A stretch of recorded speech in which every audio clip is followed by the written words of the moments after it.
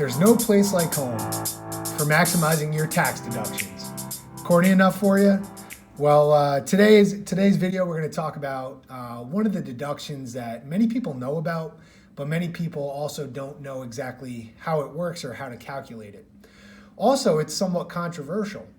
The home office deduction, in a lot of conversations, people will say it raises a red flag or it might trigger an audit. That's not necessarily the case. In fact, the IRS has very specific guidelines on how to calculate the home office deduction and how to take it. If you're running a business out of your home and you use space in your home for that business, you are 100% allowed to take a deduction for it. So how do you do it? Well, there's really two options on how you can take this home office deduction. The first is the simplified method. The second is as a percentage of business. I'll get into what those two different methods mean and how they're calculated, but first, it's important to know what it takes to actually qualify for the deduction. So the space or the room that you use for your home office has to be used for exclusive and regular use for your business. If it's just an additional room with a bed for guests when they stop by, a guest room, I guess you could call it, that you clear out and once in a while you use to get some work done, not going to be exclusive and regular use.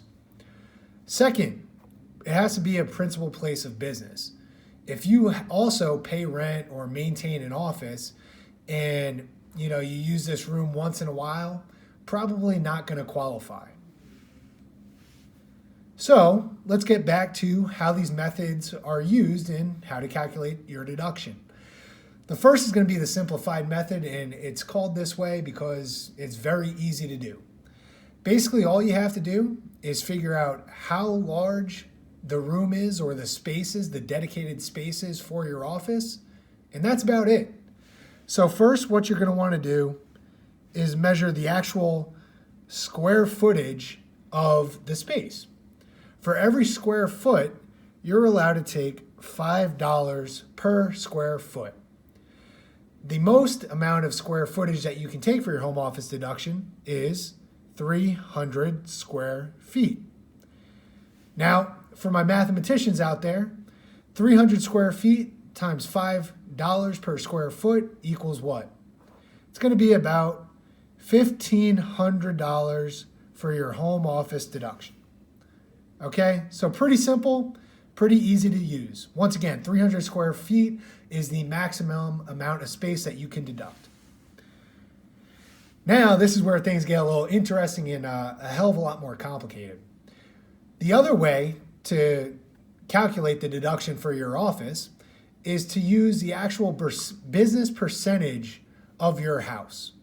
So this is going to require two calculations. First, how big is your home? That's a house if you can't tell. What is the total square footage? Part two, calculate the office square footage. Right now, once again, we're going to do some very complex math here and figure out what percent of the house is used for your office. Let's say this is the layout of your home and this is your home office. Let's call it 25%. Then 25% of your expenses for the home are going to be used for your office. Now let me explain what that means. When you do the actual business percentage of the house, there's two different types of expenses. First, there's your direct expenses. What are those? Direct expenses are expenses that are directly attributed to your home office, right? If you have a dedicated room and let's say you were working hard one night and spilt coffee and needed to clean that room, the cleaning expense for that room only is a direct expense. Maybe you needed to hang a whiteboard. Maybe you needed to pay to have a TV hung. Those direct expenses are going to be completely deducted for that space. But the second is your indirect. Your indirect expenses are going to use the percentage of the house that's used for the home office. So indirect expenses are expenses that are used to maintain your home. If you own a home, this is going to be your real estate taxes. This could be your mortgage interest, the utility bills, the safety costs or for a security system. Any of the costs that go towards maintaining the home, you're going to use 25% of those costs as your home office expense.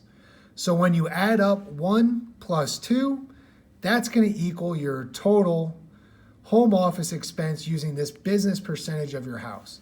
This is typically going to be the method that gives you the highest deduction, especially if you live in a smaller space like an apartment in New York City, right? It may be a small space, but it may be a big percentage of your residence. Now, you can use this if you own the property or if you rent the property. But if you own the property, you're actually going to have to depreciate the portion of the home that's used for the business.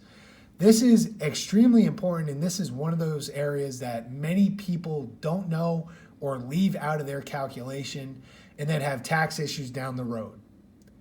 Obviously, this is a lot of information in a short video. Hopefully this gives you a good overview. If there's any more questions that you have, please feel free to reach out to us at graysontax.com. As always, you're able to book through our website a complimentary strategy session to discuss if this is something that you can use, if your business is a business and not a hobby or not a passive activity where this deduction will actually benefit you. Thanks again for watching our video, and we look forward